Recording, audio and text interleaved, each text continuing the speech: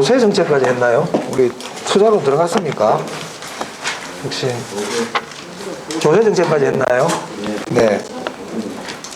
조세 정책 안 했어요? 할 차례입니까? 네. 네, 네. 자, 그럼 60페이지 한번 보겠습니다. 자, 조세 정책이요.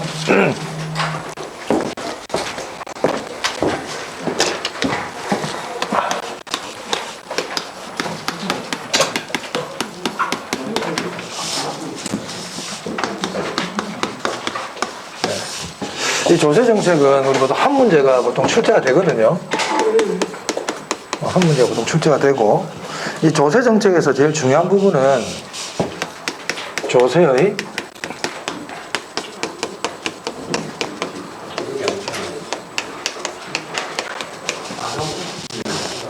네? 했어요? 보조 정책. 아, 네, 요거 하면 됩니다. 그거는 이제 넘어가고요. 네, 조세 정책 하시면 돼요. 네. 자, 조세 정책, 조세의 증가와 기착인데, 이 조세의 증가와 기착이 조세 정책에서 제일 중요한 부분 중에 하나거든요. 자, 예를 한번 들어보겠습니다.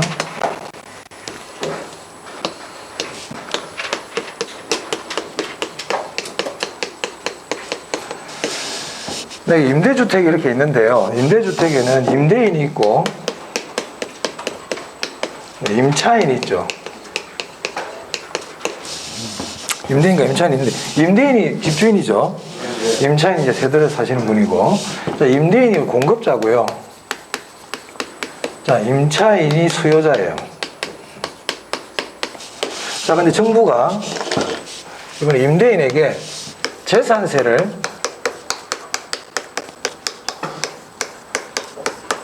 1,000만 원을 부과했어요. 임대인 공급자에게 재산세를 1,000만 원을 부과했다. 그러면 이 임대인은 어떻게 할 것 같아요? 여러분 생각에 임대인에게 재산세를 저렇게 부과를 하면 임대인은 어떤 행동을 할까요? 네, 네, 그렇죠. 임차인을 일단 부르겠죠. 네, 조용히 불러가지고 집세를 올리려고 그럴 겁니다. 그래서 임대인이 임차인에게 임대료를 한 300만 원 정도 올려야 되겠다. 이렇게 이제 통보를 하는 거예요. 임차인에게. 그럼 이렇게 하는 이유가 뭐예요? 임대인에게 세금 1,000만 원이 부과되니까 이걸 임차인에게 좀 떠넘기는 거죠. 그죠? 이처럼 세금을 다른 사람에게 떠넘기는 거를 전가라 그럽니다. 전가라는 거는 자기가 부담해야 될 세금을 다른 제3자에게 떠넘기는 현상을 전가라 그래요. 그럼 만약에 이런 경우에 자, 임차인이 알겠습니다. 그럼 제가 집세를 300만 원 올려드릴게요. 이렇게 얘기를 했어요. 그러면 이 1,000만 원 중에서 결국 임차인인 수요자가 세금 얼마를 부담하게 되는 거예요? 300만 원을 부담하게 되는 거죠. 그럼 공급자인 임대인은 얼마를 부담하게 되는 겁니까? 700만 원을 부담하게 된다. 이처럼 세금을 부과했을 때 떠넘기는 현상을 전가라 그러고, 조세를 전가했더니 최종적으로 임대인이 700만 원을 부담하게 되고 수요자인 임차인이 300만 원을 부담하게 됐죠. 이걸 우리가 귀착이다 이렇게 얘기합니다. 굳이 구별을 굳이 하실 필요는 없는데 의미를 설명드리면, 전가는 떠넘기는 행위를 얘기하는 거고, 전가의 결과 최종적으로 수요자와 공급자가 얼마씩 부담하게 되었다. 이게 귀착이라고 보시면 되겠어요. 크게 이렇게 구별할 건 없어요. 중요한 거는 뭐냐면, 그럼 만약에 세금을 이렇게 부담을 했을 때, 부과를 했을 때, 공급자와 수요자 중에서 누가 더 세금을 더 많이 부담하게 되느냐. 자, 이 경우는 지금 공급자가 세금을 더 많이 부담하고 있죠. 그러면 수요자가 세금을 많이 부담하느냐, 공급자가 많이 부담하느냐, 이런 문제가 무엇에 의해서 결정이 되느냐, 이게 이제 포인트예요. 조세 부과 시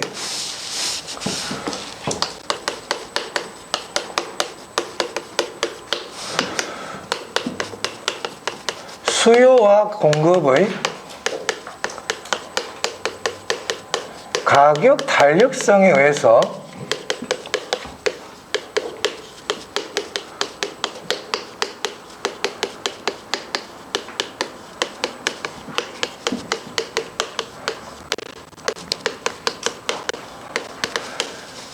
수요와 공급의 가격 탄력성에 의해서 조세 부담의 정도가 결정이 돼요. 자, 이게 무슨 말이냐면 요거는 꼭 기억해 주셔야 됩니다. 요거를 제가 지금 요 부분을요. 탄력성이 큰 쪽이 조세를 적게 부담합니다.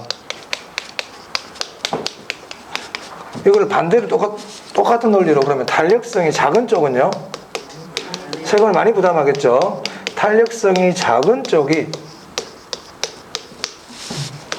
세금을 많이 부담하게 돼요.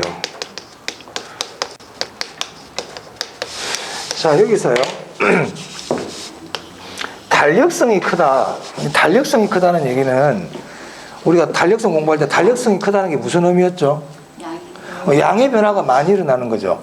그러니까는 가격이 변했을 때 수요량이 많이 변하면 탄력성이 큰 거고, 가격이 변했을 때 공급량이 많이 변하면 탄력성이 큰 거예요.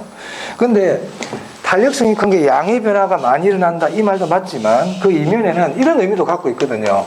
가격 변화에 민감하다는 뜻이에요, 이게. 자, 만약에 보세요. 가격이 20%가 떨어졌어요, 가격이. 백화점에서 세일을 20% 세일을 한다 그래 볼게요. 자, 근데 A라는 사람이 있고 B라는 사람이 있는데 백화점에서 가격을 20% 할인을 했지만 A라는 사람은 백화점에서 물건을 그렇게 별로 안 사. 가격이 할인을 하는데도 예전이나 그렇게 물건을 사는 양이 별로 많이 안 늘어났어요. 근데 B라는 사람은 백화점에서 20% 할인 행사를 하니까 백화점에 가서 물건을 많이 샀어요. 그럼 A와 B 중에서 누가 탄력성이 큽니까? B가 크죠. 그럼 A와 B 중에 누가 가격에 민감하게 반응을 보이는 사람이에요? B죠. A는 가격이 변했지만 별로 반응이 없어요. 하지만 B는 가격이 변하니까 가서 많이 샀죠. 그래서 탄력성이 크다는 얘기는 바꿔 얘기하면 가격 변화에 민감한 거예요. 그죠? 그런 뜻이거든요. 그럼 보세요. 자, 공급자가 임차인한테 세금을 떠넘겼어. 세금을 떠넘겼다는 얘기는 임대료를 올렸다는 얘기 아니에요? 그럼 만약에 임차인이 가격에 엄청 민감한 사람이야. 가격에 예민해. 그럼 나한테 이렇게 세금을 떠넘기고 가격을 올리려고 그러면 그 사람은 그 가격을 부담하려고 그럴까요? 부담 안 하려고 그럴까요? 안 하려고 그러겠죠. 이 사람 민감한 사람이니까. 맞아요? 그래서 공급자가 수요자에게 세금을 떠넘길 때 가격에 민감한 사람일수록 그걸 부담을 안 하려고 한단 말이에요. 떠넘기지 마세요. 나한테 가격 올리지 마세요. 그럼 이 사람 나가버리겠죠, 저 사람이. 맞습니까? 그래서 탄력성이 크다. 가격에 민감하다. 그렇기 때문에 세금을 부담하지 않으려고 한다. 이렇게 감을 잡으셔야 돼요. 그럼 탄력성이 작다는 얘기는 가격 변화에 별로 민감하지가 않아. 둔해. 그래서 나한테 가격을 좀 떠넘겨도 자기가 부담하겠다. 이런 뜻이에요. 이해되세요? 자, 그러면 우리 시험에서는 이렇게 내죠. 자, 공급자에게 세금을 부과했어요. 공급자에게 세금을 부과했어. 자, 그러면 먼저 수요의 가격 탄력성이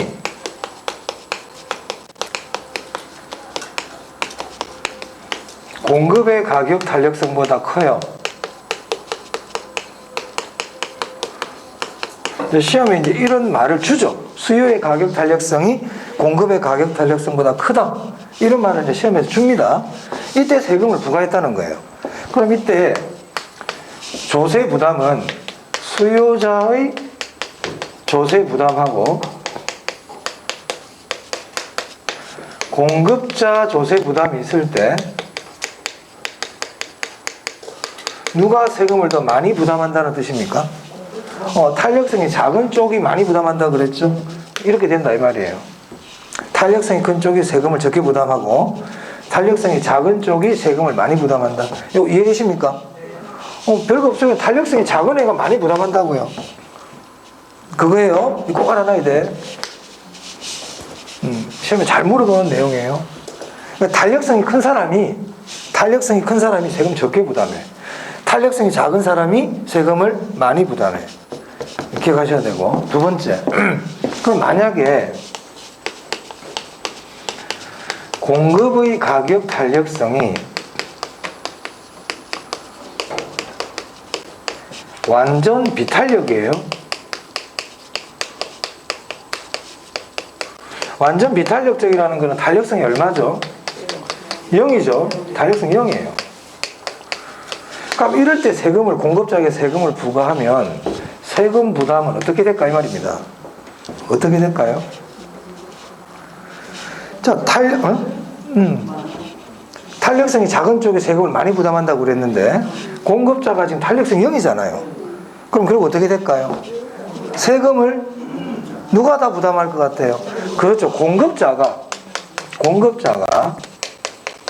세금을 모두 부담하게 되겠죠. 이해되세요?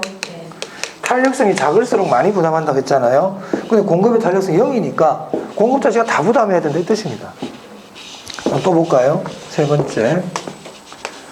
만약에 수요의 가격 탄력성이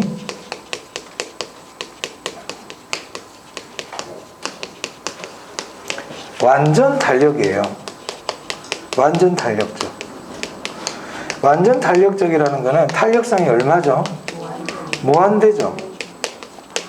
탄력성 무한대예요. 자, 그럼 이럴 때 세금을 부과하면 어떻게 될까요? 자, 이 경우도 수요자 탄력성이 지금 탄력성이 클수록 조세를 적게 부담한다고 그랬으니까 수요의 탄력성이 무한대니까 이 말은 수요자는 세금을 하나도 부담 안 한다는 얘기죠. 그래 결국 누가 다 부담한다는 얘기입니까? 그렇죠. 공급자가 세금을 모두 부담하겠네요. 맞아요? 우리 시험은 1번을 제일 많이 물어봐요. 이런 경우 탄력성이 누가 크다 작다 이걸 잘 물어보고요. 완전 비탄력이나 완전 탄력적인 경우는 잘 안 물어봅니다. 시험에서 잘 안 물어보지만 이제 시험이 혹시 난이도가 좀 올라간다든지 하면 2번, 3번도 물어볼 수 있거든요. 그래서 1번을 꼭 위주로 잘 알아두시고 2번, 3번도 같이 알아놔야 돼요. 1번은 특히 잘 알아놔야 돼. 시험이 아주 자주 물어봐요. 자, 그러면 공급자한테 세금을 부과했는데 2번, 3번은 공급자가 전부 세금을 부담하는 거 아니에요? 그렇죠? 수요자에게 세금을 떠넘길 수 있어요? 없어요? 없죠? 그럼 이 두 경우는 공급자가 다 부담하니까 조세의 증가가 일어납니까? 안 일어납니까? 안 일어나죠. 조세의 증가가 일어나지 않습니다. 그래서 많이 시험에서 공급자에게 세금을 부과했을 때 조세의 증가가 일어나지 않는 경우를 찾으세요. 그러면 2번, 3번 찾아야 돼요. 2번, 3번은 조세의 증가가 안 일어나죠. 조세의 증가가 안 일어난다는 얘기는 공급자에게 세금을 부과했는데 공급자가 다 부담했다 이 말이잖아. 못 떠넘기지를 못했다 이 얘기니까. 의미 아시겠습니까? 자, 그리고 이게 또 중요합니다. 이거 탄력성이 큰 쪽이 세금을 적게 부담한다. 탄력성이 작은 쪽이 세금을 많이 부담한다. 둘 중에 아무거나 하나 기억을 해두세요. 큰 거를 기억하든 작은 걸 기억하든 하나를 꼭 기억해놔야 됩니다. 자, 그 다음에 61페이지에 보시면요, 동결 효과라는 게 있어요. 자, 우리 61페이지 그 가운데쯤 보면 박스에 참고해가지고 나와 있네요. 동결 효과 찾았습니까? 네, 그 별표합니다. 동결 효과도 시험에서 굉장히 많이 물어봅니다. 동결 효과. 자, 동결 효과는 양도소득세를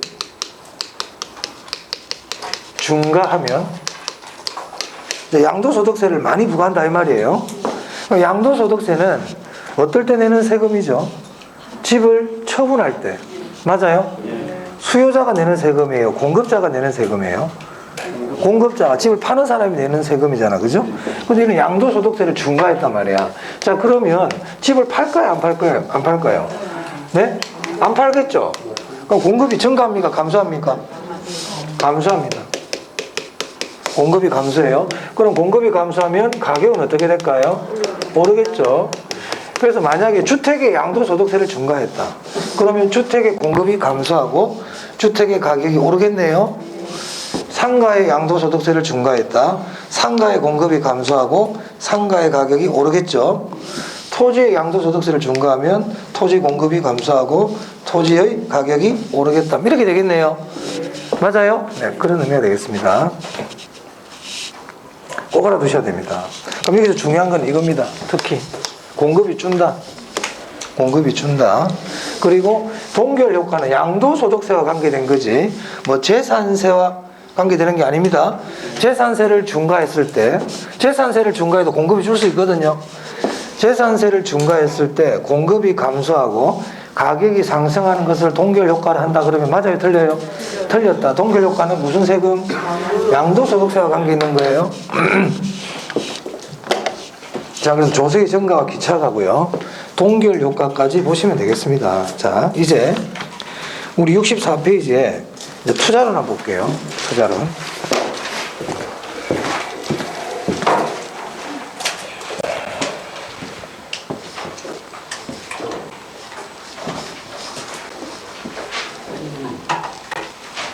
아, 맞다. 지난주에 제가 아버지 병원 때문에 수업을 안 했구나. 그죠? 그래서 진도가 좀 늦는 거야, 내가. 이상해가지고. 맞네. 오케이. 하면서 계속 와, 왜 이렇게 진도가 늦어졌지? 27일 날인가 수업 잡혀있죠? 네. 그렇게 하면 맞겠네요. 네.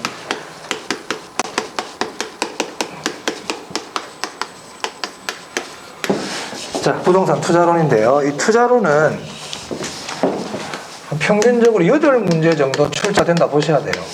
올해는 좀 분항수가 작게 나왔어요. 올해는 6문제 정도 출제됐는데 기본적으로 6문제 이상 나옵니다. 그래서 보통 6문제에서 8문제 정도 나오는데 한 8문제 나온다 생각하고 공부를 해야 돼. 올해는 6문제 나왔어요. 그래서 많이 출제가 되는 부분이에요. 자, 먼저 투자론에 대해서 하기 전에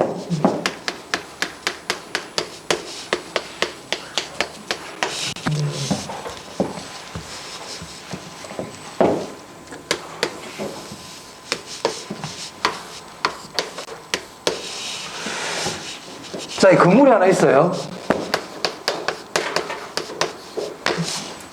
자, 건물이 있는데 이 건물을 사가지고 취득을 했어요. 이 건물을 임대사업을 하려고 그래요. 임대사업. 그럼 이 임대사업 하는 걸 우리가 보유, 운용이라고도 불러요. 그리고 나서 이 사람이 건물을 나중에 처분을 하려고 그래요. 처분. 자, 우리 투자는요.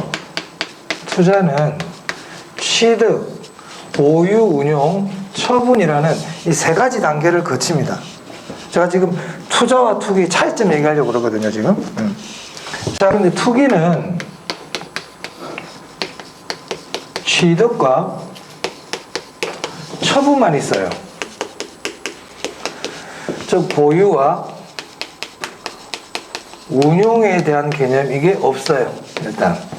투자와 투기의 차이점입니다. 우리 교재 보시면,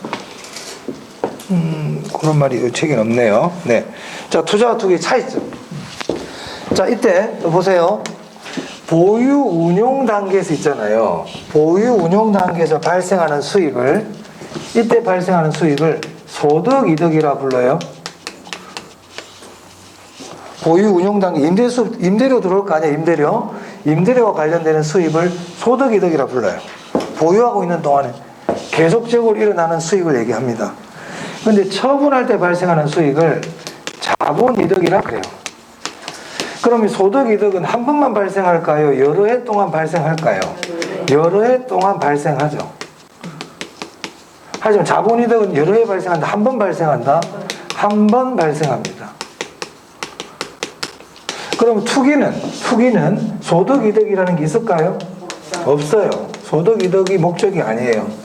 투기는 자본 이득이 목적이다.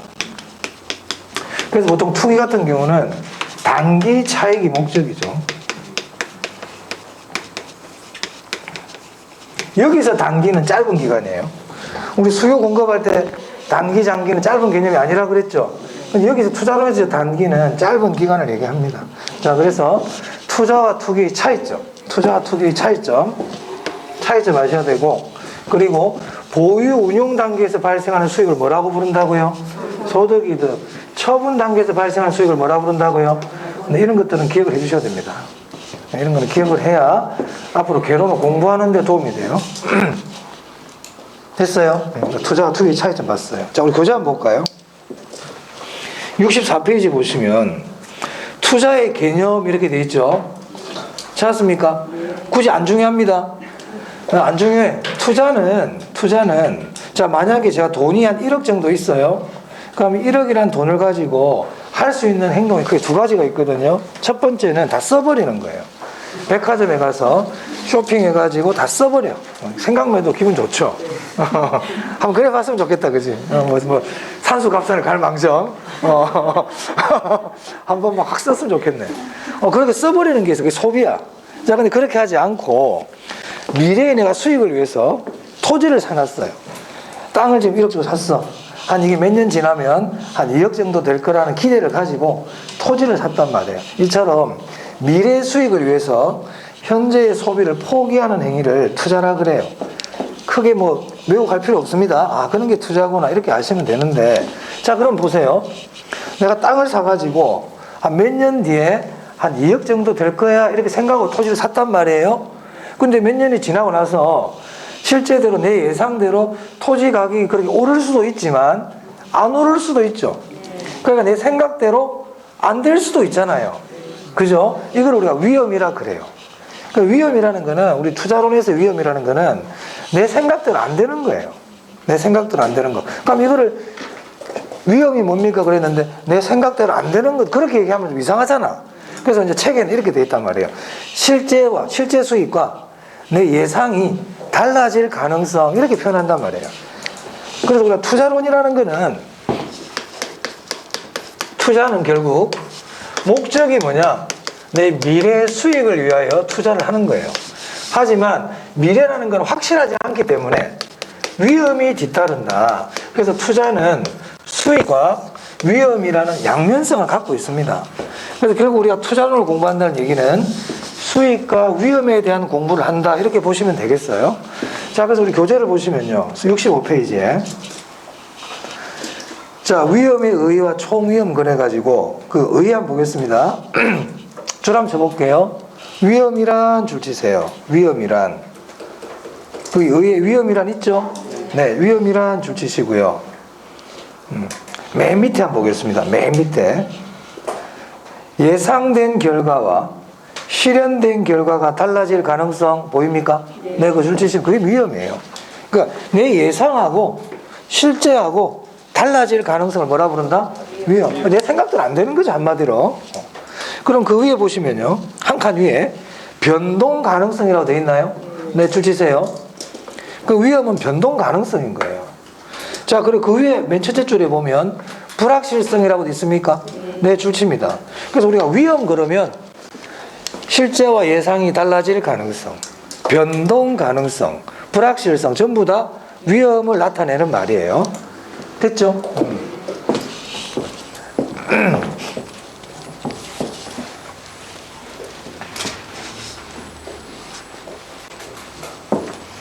그래서 조금 지금 이제 위험에 대해서 할 건데, 조금 전에 위험의 뜻에 대해서 봤고요. 두 번째, 위험의 측정이에요. 측정.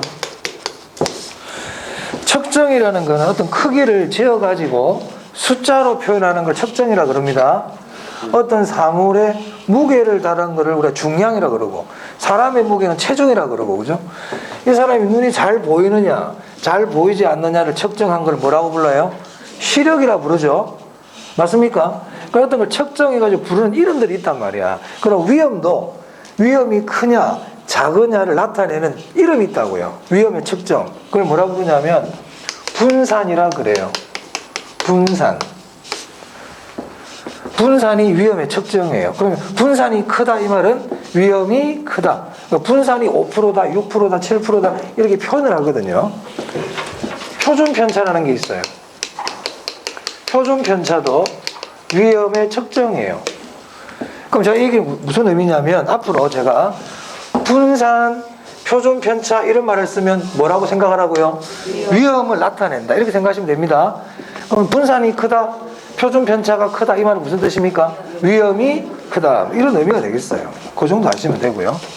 자, 세 번째, 위험의 종류, 위험의 유형.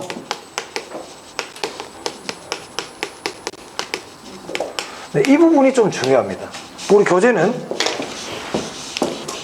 65페이지에 보시면요, 총위험 그래가지고 양간 이번에 총위험이라고 있죠. 그 박스 안에 총위험은 체계적 위험 플러스 비체계적 위험 되어 있잖아요. 그 줄 쭉 치세요.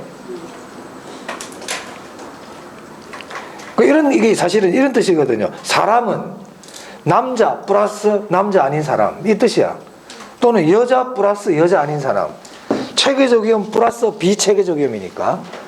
맞아요? 남자 플러스 비남자 뭐 이런 거란 말이야. 여자 플러스 비여자 뭐 이런 거란 말이야. 그러면 체계적 위험이라는 뜻을 알면 비체계적 위험은 체계적 위험이 반대겠네. 뭐 그런 개념을 갖고 있습니다.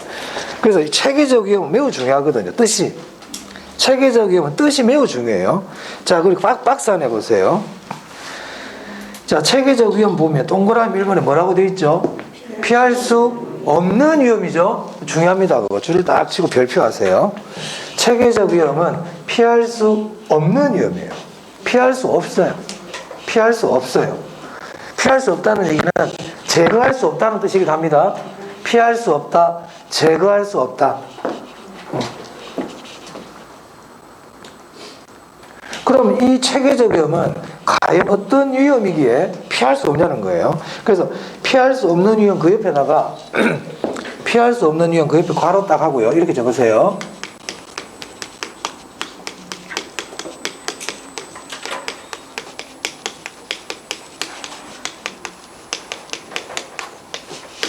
시장의 힘에 의해서 발생 또는 야기되는 위험이에요.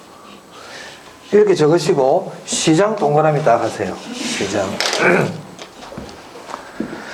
체계적 위험은 시장과 관련되는 위험이에요. 시장과 관련되는 위험이기 때문에 투자자들이 피할 수가 없어요. 시장의 힘에 의해서 발생되는 위험인데 어떻게 투자자들이 그걸 피할 수 있겠습니까? 그죠? 그럼 맨 밑에 한번 볼까요? 4번에요. 동그라미 4번에 인플레, 이자율 변화, 경기 변동 줄 치세요. 이게 대표적인 시장의 힘에 의해서 야기되는 위험들이고 대표적인 체계적 위험입니다. 인플레 우리 어떻게 할 수 없어요. 그렇죠? 이자율이 변하는 것도 우리가 어떻게 할 수 없습니다. 경기가 좋고 나쁘고 하는 것도 우리가 어떻게 할 수가 없죠. 이런 건 다 체계적 위험이에요. 피할 수 없어요. 자, 그럼 이런 체계적 위험은 나한테만 적용이 될까요? 다른 사람들에게도 적용이 될까요? 다른 사람한테도 적용이 됩니다. 자, 우리 학원 건물에만 적용이 될까요? 다른 건물들에도 적용이 될까요? 다 적용이 되는 거죠. 그래서 그 모든 투자자, 모든이란 말 보이세요? 모든 부동산 있죠? 모든 동그라미 하세요. 거기 동그라미 2번에 모든 부동산. 거기 박스 안에. 2번에 모든이라고 있죠? 거기. 그 옆에다 모든 부동산 옆에다가 모든 투자자 이렇게 적으세요. 그러니까 모든 부동산, 모든 투자자에게 다 적용되는 위험이에요. 어떤 글자가 중요할 것 같아요? 그렇지. 모든이란 글자가 중요한 거야. 모든. 그리고 또 옆에 적읍시다. 공통된 위험이죠. 자, 그럼 이제 체계적 위험 나오면 이렇게 정리하셔야 돼요. 체계적 위험. 피할 수 없다. 시장의 힘, 시장. 모든 공통. 그리고 인플레, 이자율 변화, 경기 변동 이런 것들이 예가 될 수 있다 이 뜻입니다. 됐어요? 체계적 위험 피할 수 없다. 시장, 모든, 공통, 인플레, 이자율 변화, 경기 변동 이렇게 생각하시면 되겠습니다. 자, 그 다음에 비체계적 위험은 그럼 뭐겠어요? 뜻이 피할 수 체계적 위험이 피할 수 없다고 그랬으니까 비체계적 위험은 피할 수 있는 위험이에요. 피할 수 있는 위험이에요. 피할 수 있는 위험이에요. 그러니까 이 피할 수 있다는 얘기는 모든 사람에게 다 적용되는 게 아니고 여기에는 있지만 여기에는 없고 이런 위험을 얘기하거든요. 그런 걸 개별이라 그래요. 개별이란 말 있죠. 개별 동그라미 다 하시면 돼요. 다 했어. 그러면 체계적 위험과 비체계적 위험은 제가 조금 전에 말씀드린 그 부분을 잘 기억해놔야 됩니다. 됐죠? 자, 그럼 위험을 체계적 위험과 비체계적 위험으로 딱 이렇게도 크게 구별할 수가 있고요. 또 위험을 나누는 방법에 따라 한 페이지 한번 넘겨보세요. 한 페이지 넘기시면 위험의 유형 해가지고 그 박스가 하나 나와 있죠. 거기서는 1번, 2번, 5번 특히 주의합니다. 1번, 2번, 5번. 자, 1번 한번 볼까요? 자, 1번에 보면 사업상 위험이라고 되어 있죠.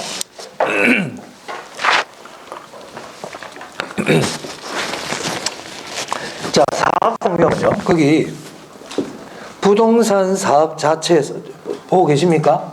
네, 부동산 사업 자체에서 연유하는 동그라미 할게요. 수익성 동그라미 하세요. 수익성 동그라미하고 별표. 수익성 그냥 딱 별표를 딱 해. 수익성에 관한 위험이에요. 수익성에 관한 위험. 그러면 수익성에 관한 위험이라는 게 뭐냐 이 말이에요. 지금 우리 위험에 대해서 하고 있습니다. 투자론에서의 위험을 하고 있어요. 내가 만약에 원룸을 하나 사가지고 원룸에 투자를 했다 해볼게요. 원룸에 투자를 했단 말이야. 그럼 내가 원룸을 사가지고 임대업을 하는 이유는 돈을 벌기 위해서죠. 한마디로 그렇잖아요. 그런데 수익성에 관한 위험이라는 거는 내가 생각한 만큼 돈이 안 되는 거예요. 내가 만약에 원룸을 하나 사가지고 임대사업을 하면 한 달에 한 1,000만 원의 수익은 날 줄 알았거든. 1,000만 원은 수익이 날 줄 알았어. 근데 1,000만 원이 안 되는 거야. 생각만큼 수익이, 그래, 그게 사업상 위험이라고. 생각대로 수익이 안 난다. 위험이 뭐였어? 아까 위험의 뜻이 뭐였어요? 내 생각대로 안 되는 거. 그래. 내 생각대로 안 되는 거야. 수익성 위험이라는 거는 수익성이 내 생각만큼 안 된다. 이 얘기죠, 결국. 그러니까. 맞아요? 그러니까 책을 우리가 읽을 때 책대로 자꾸 공부하려고 그러지 말고 내 나름대로 생각을 한번 해보는 거예요. 수익성이 뭔지를 모르는 사람이 어디 있습니까?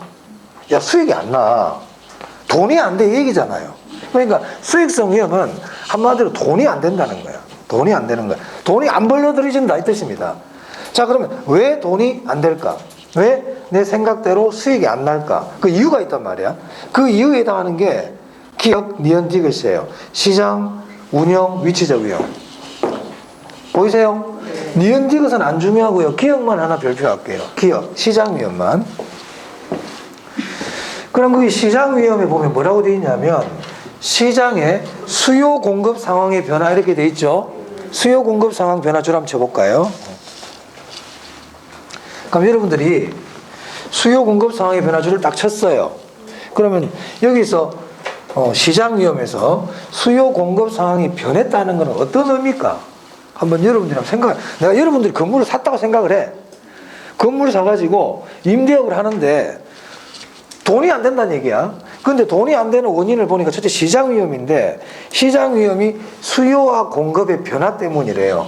그럼 수요 공급의 변화라는 건 뭘까요? 수요는 우리가 사는 걸 수요라 그러죠. 그러니까 살려는 사람이 없다는 게 수요의 변화 아닙니까? 많이 사면 그 위험이 아니겠지. 그 위험이라는 건 결국 사람들이 안 사더란 얘기잖아. 그럼 내가 임대업을 하는데 사람들이 안 산다는 게 뭐예요? 방을 구하는 사람이 없다 이 얘기잖아. 그죠? 내가 임대업을 하면 젊은 여성 직장인들이라든지 또는 남자 직장인들이 많은 사람들이 방을 구하러 올 거야. 이 생각을 하고 내가 원룸 사업을 하는데 사람들이 온다 안 온다? 안 온다는 얘기죠. 그게 수요의 변화고 수요를 잘못 예측한 거 아니에요. 그럼 공급의 변화는 뭐예요? 많은 거지 임대주택들이. 내가 임대주택을 하면 별로 없을 줄 알았는데 내가 임대주택을 하니까 그 뒤부터 막 사람들이 원룸을 막 짓기 시작하더라 이 말이에요. 무슨 말 알겠어요? 그러면 살 사람도 별로 없고 임차인도 별로 없고 주택들은 많아지고 이 얘기네. 그럼 어떤 일이 일어나? 빈집이 내가 내 원룸에 빈집이 많이 생기겠네요. 살려는 사람도 없고 집도 많이 생기고 그걸 우리가 공실이라고 그런단 말이에요. 공실 맞아요? 만약에 내가 집을 지어서 파는 사람 같으면 미분양이죠. 맞습니까? 그래서 수요 공급 변화 옆에다가 공실 미분양을 딱 적어야 돼요. 그 얘기 하려고 내가 장황히 설명했어. 수요 공급 상황의 변화라는 것은 결국 공실 미분양을 얘기합니다. 꼭 기억하세요. 공실 미분양 나오면 시장 위험이에요. 공실 미분양 나오면 뭐라고요? 시장 위험이에요. 시장 위험. 그리고 앞에서 아까 인플레, 경기 변동 아까 줄 쳤었잖아. 체계적 위험할 때. 그것도 다 시장 위험이야. 아까 체계적 위험할 때 제가 시장의 힘에 의해서 야기된다 그러고 대표적인 예가 아까 밑에 줄 쳤잖아요. 인플레, 이자율 변화, 경기 변동 그것도 시장 위험. 그리고 공실 미분양도 뭐? 시장 위험. 자, 그 다음 운영 위험, 위치 위험 몰라도 돼. 운영 위험은 뭘까요? 내가 운영을 잘못한 거예요. 내가 운영을 잘못했기 때문에 수익이 안 나. 직원을 너무 많이 썼어. 직원을. 내가 인배사업을 하는데 직원을 한 2명만 쓰면 되는데 한 5명을 쓴 거예요. 그래서 수익이 안 나. 운영 위험이죠. 그리고 직원들하고 내가 관계를 잘못 맺다 보니까 직원들이 파업을 해. 운영 위험이에요. 그 위치 위험 뭘까요? 위치를 잘못, 그렇지요. 그러니까 그런 걸 누가 내겠어요? 시험에 나옵니다. 나오지만 답이다, 답이 아니다. 답이 아니야, 걔들은. 그냥 나온 애들이라고. 그러니까 이런 거는 굳이 지금 몰라도 돼요. 몰라도 돼요. 그래서 사업상 위험 안에 시장 위험이 들어있거든. 여기가 사업상 위험, 수익성, 시장 위험은 공실 미분양. 이렇게 기억하시면 됩니다. 자, 그 다음, 금융 위험 볼게요. 금융 위험. 자, 그 줄 한번 치겠습니다. 부채의 사용으로 채무 불이행 줄 더 치세요. 그러니까 이 금융 위험은 내가 돈을 빌렸는데 그 돈을 못 갚을 위험을 얘기하는 거예요. 내가 은행에서 대출을 받았거든. 근데 그 돈을 내가 못 갚는다. 이게 금융 위험이에요. 이해되셨나요? 자, 그 다음에 5번에 유동성 위험인데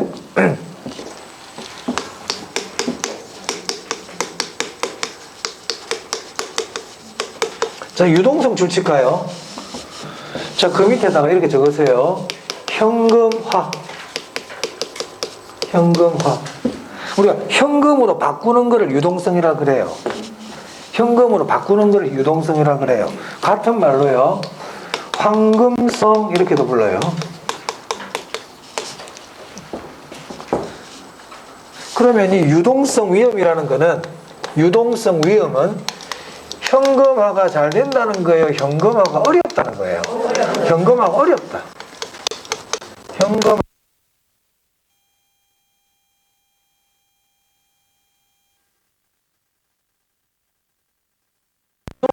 알아둘 필요도 있거든. 우리 나중에 뒤에 가면. 유동성은 현금화인데 유동성 위험이니까 현금화가 어렵다는 뜻입니다. 높은 황금성일까요? 낮은 황금성일까요? 낮은 황금성이 현금화 어렵다고. 그래서 유동성 위험이란 황금성이 낮은 걸 얘기합니다. 현금화가 어려운 걸 얘기하는 거예요. 아시겠죠? 그래서 현금화가 잘 안 되다 보니까 내가 건물을 팔려고 내놨거든. 20억에 팔아달라고 내놨는데 이게 잘 팔린다 안 팔린다? 안 팔리는 거야. 그럼 나는 돈이 급해. 그래서 18억에 결국 내놨어. 2억 손해봤죠. 이런 게 일종의 유동성 위험이에요. 현금화하는 과정에서 발생하는 손실, 이걸 유동성 위험이라고 그럽니다. 그럼 유동성 위험을 나타내는 가장 좋은 말이 현금화, 황금성, 이런 말이 나오면 무슨 위험과 관계 있다? 유동성 위험. 이제 질문해 보겠습니다. 부채를 사용하지 않으면 사업상 위험을 줄일 수 있다. O일까요? X일까요? X예요? O예요? 그럼 부채를 사용하지 않으면 유동성 위험을 줄일 수 있다. 그지 말 벌써 갈라지잖아, 그죠? 주의해야 된단 말이야. 아까 제가 금융위험 다시 한번 봐보세요. 금융위험 할 때 제가 부채의 사용으로 줄을 치라고 그랬죠? 부채의 사용으로 인한 채무 불이행이거든. 그러면 부채를 사용하지 않으면 금융위험 있을까요? 없을까요? 없죠? 그래서 부채 사용과 관계되는 위험은 금융위험이에요. 그래서 부채를 사용하지 않으면 금융위험을 줄일 수 있다 이렇게 해야지 다른 위험하고는 관계없습니다. 아시겠죠? 만약에 부채의 사용으로 부채를 사용하지 않으면 사업상 위험을 줄일 수 있다. X. 부채를 사용하지 않으면 유동성 위험을 줄일 수 있다도 X. 아시겠죠? 건물에 대출을 받았다고 해가지고 팔리고 안 팔리고 관계없어요. 오히려 대출이 있으면 대출 끼고 사는 사람도 있기 때문에 더 쉽게 팔릴 수도 있어. 그래서 부채와 관계되는 건 무슨 위험이다? 금융위험에 주의하세요. 오케이? 네. 자, 그래서 위험에 대해서 봤고요. 조금 쉬었다가 이제 수익률에 대해서 보겠습니다. 한 10분만 쉴게요.